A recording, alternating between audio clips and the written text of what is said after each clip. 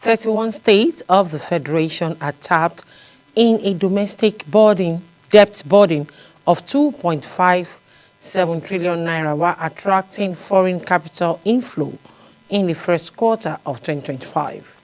Welcome to Business Point, where we extract the Nigerian economy and the government policies. I am Kike Lomo Okere.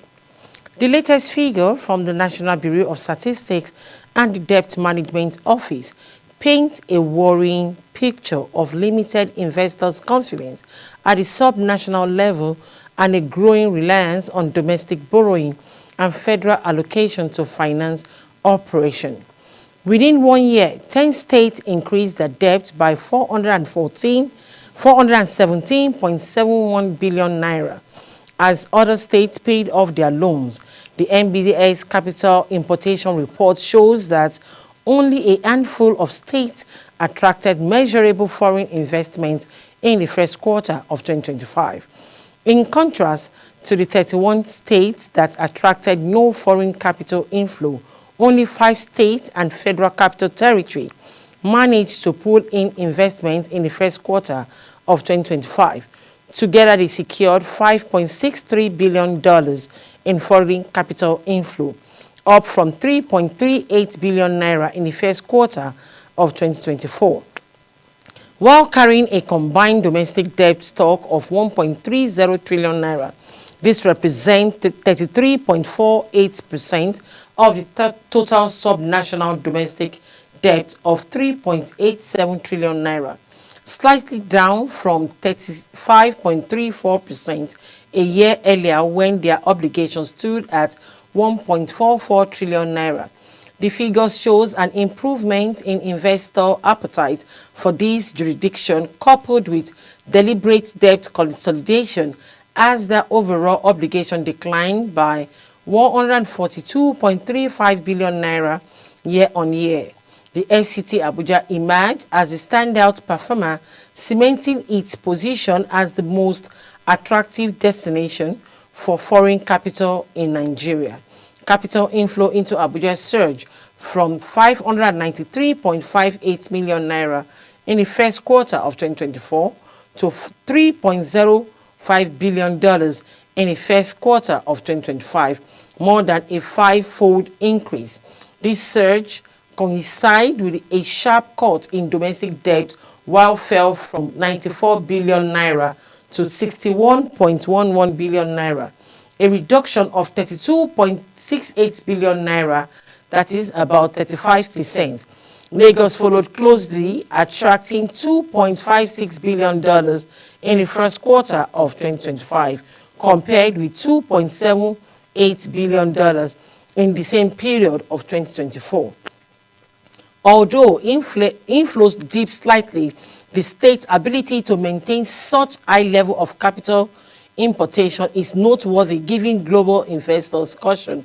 Lagos also managed to lower its domestic debt from 929.41 billion naira to 874.04 billion naira, a decline of 55.37 billion naira, though it remained the most indebted subnational entity, accounting for about 67.5% of the total of 1.30 trillion naira owed by the 6 entities that attracted foreign capital. The other 4 states attracted modest amounts of capital, but nonetheless achieved measurable fiscal improvement.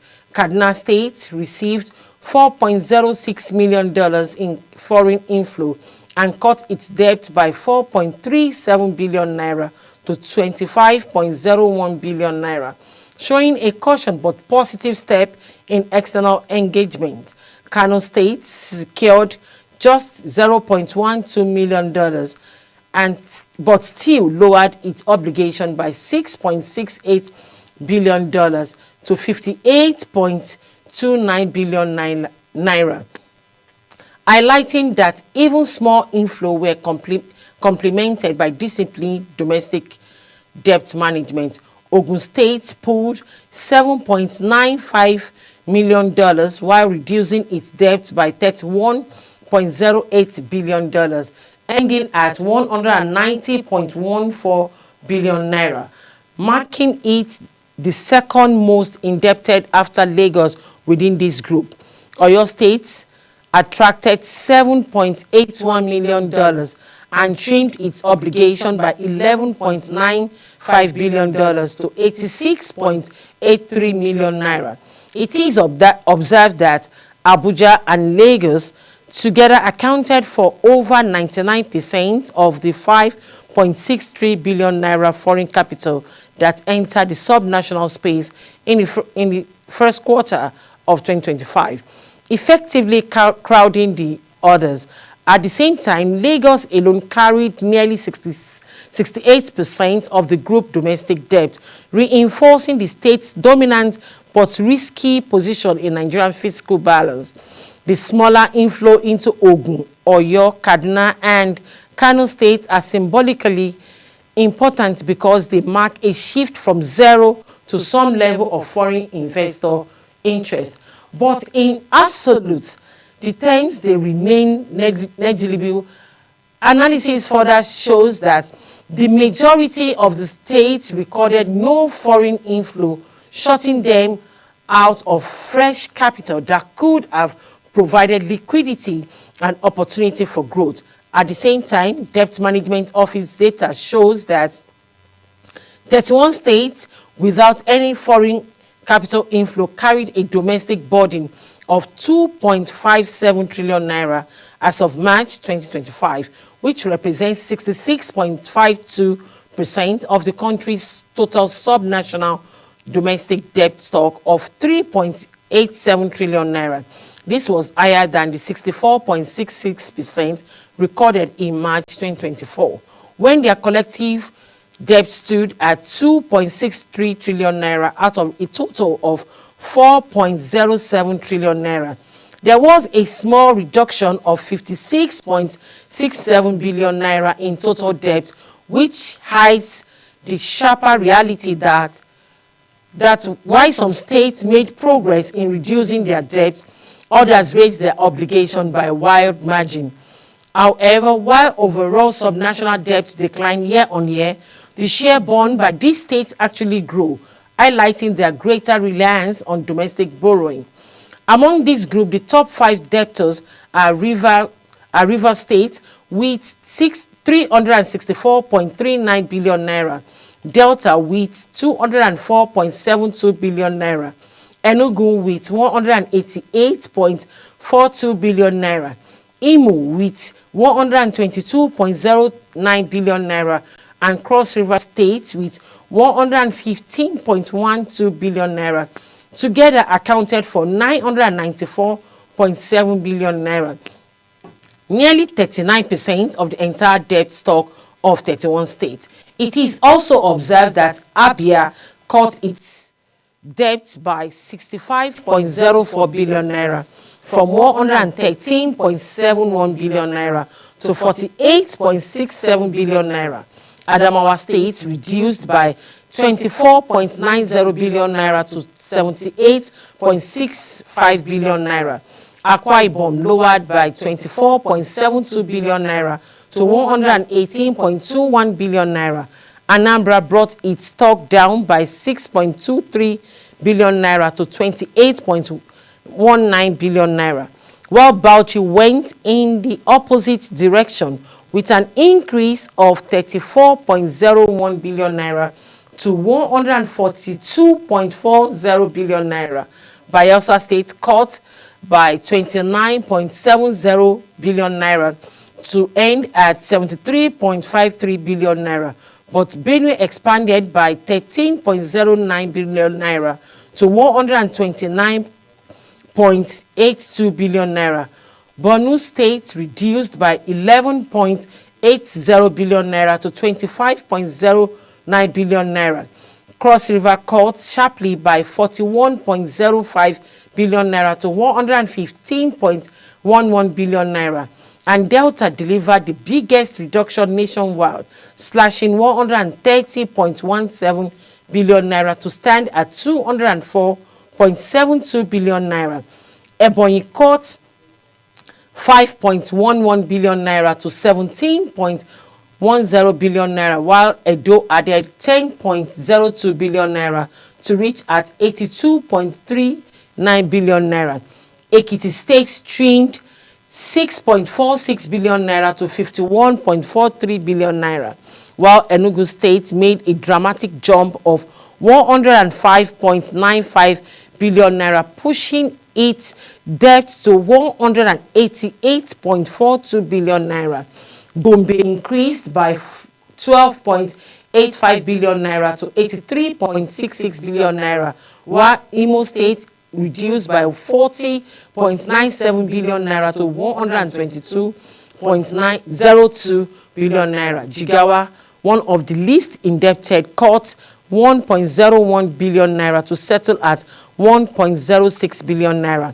Katsina State lowered its burden by 14.80 billion naira to 23.26 billion naira, and Kebbi cut 1.96 billion naira to 15.09 billion naira.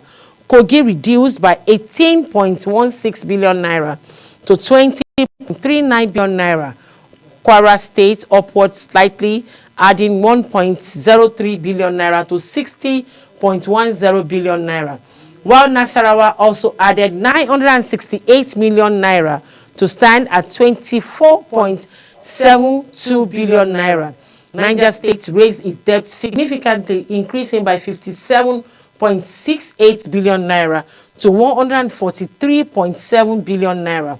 Ondo cut by 4.63 billion naira to 11.76 billion naira. Osun reduced by 3.70 billion naira to 83.32 billion naira, and Plateau State cut by 23.97 billion naira to 83.39 billion naira.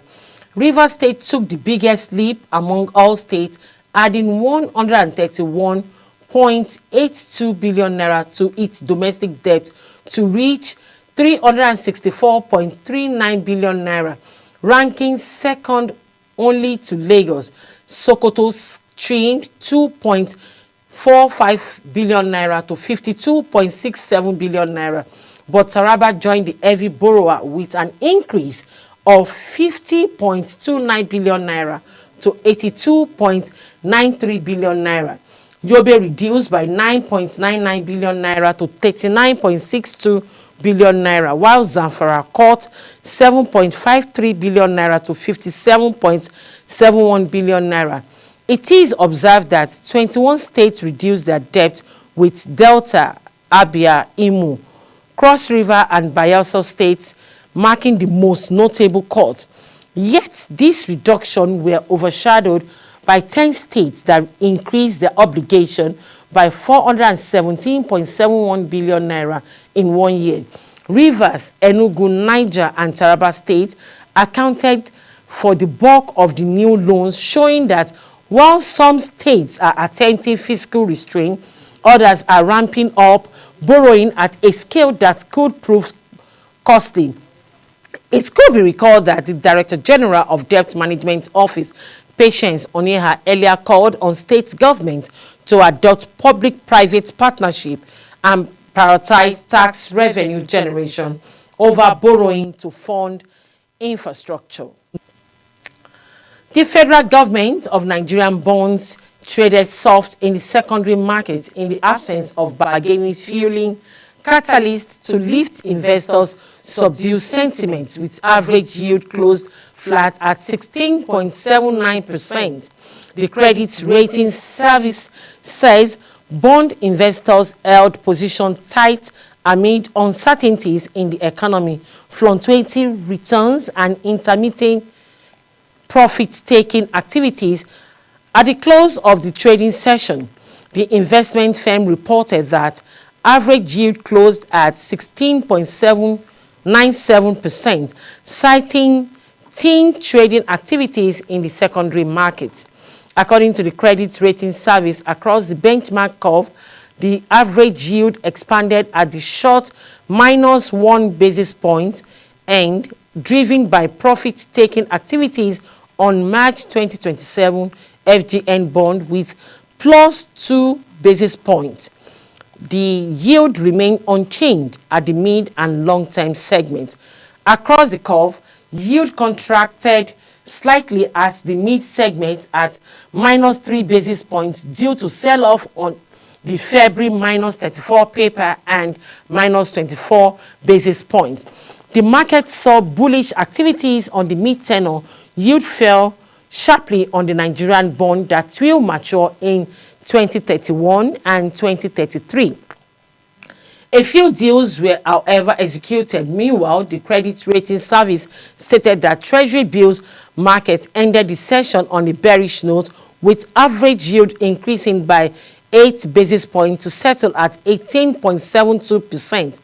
Demand remained largely focused on long-dated paper, with plus 14 basis points, led by newly issued one-year Treasury bill, which was the most actively traded instrument.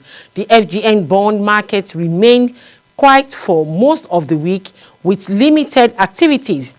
Early interest was seen in the 2029, 2031, 2033, and 2053, though volume were thin. Activities picked up slightly later, with buying in 2031 and 2033. Pushing yield down by 25 basis points and 40 basis points respectively.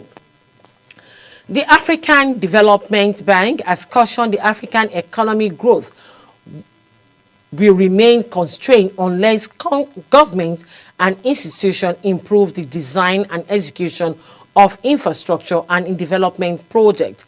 Speaking at the PMI Global Summit Series, Africa in Kigali, African Development Bank officials and nearly 1,000 delegates argued that without better planning and execution, the continent's vast economic potential will remain untapped. The summit, the largest of its kind on the continent, serves as a powerful platform to discuss how Africa can turn its vast potential into reality through bankable projects, professional project management, and strategic partnership that delivers long-term impact.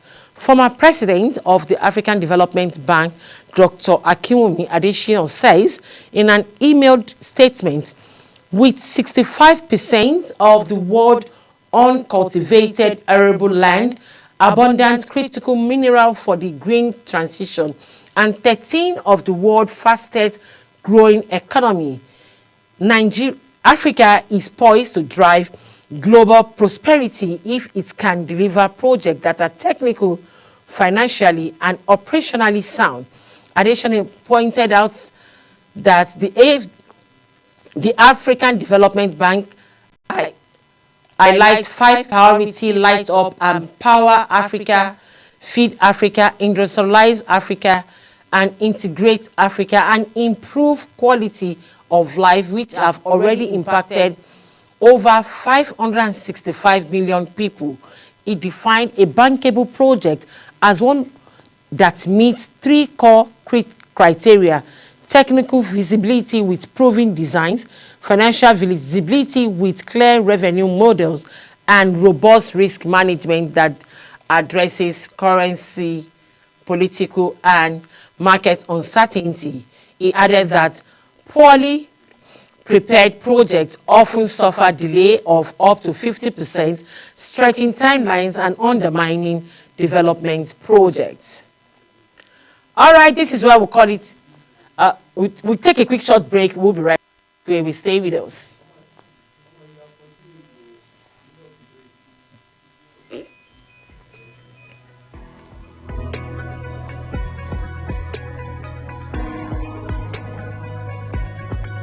You for tell me now.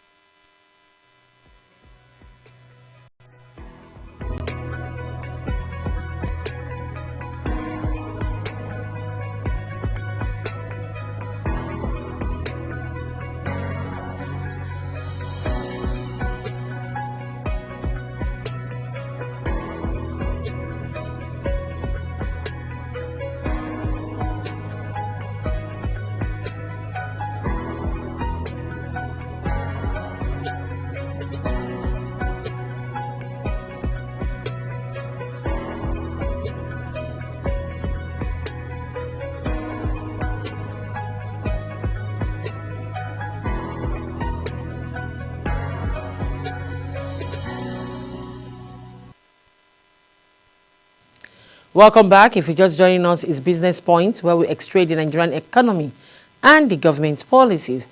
The Managing Director and Chief Executive Officer of First Bank Nigeria, Dr. Segun Alebiosu, says the lender is prioritizing fraud management and consumers' protection as part of its strategies to safeguard customers' confidence in Nigerian evolving financial system. Speaking to journalists on the sideline of the Nigerian Economic Society annual conference in Abuja, Alebiosu warns that fraud poses a serious threat to the country's digital financial inclusion. Alebiosu acknowledged that the surge in digital transactions has revolutionized Nigerian financial sector, expanding access to payments and savings. However, he cautioned that it has also opened new avenues for fraudsters to exploit unsuspecting customers, particularly in the rural areas where digital literacy remains low. According to him, fraud not only erodes trust in the banking system, but also threatens to derail the gains Nigeria has made in expanding access to financial services through digital innovation. Despite the risks, Alebiosu says First Bank is at the forefront of industry-wide initiative to combat the fraud and protect consumers. All right, this is where we'll call it a wrap on Business Point today. Join me again tomorrow on Global Television, channel 365 on DSTV and 276 on Star Times. To stay connected, kindly follow us on all our social media platforms at Global TV NG. Till I come your way again, I am Kike Lomo Ukeri. I celebrate you all.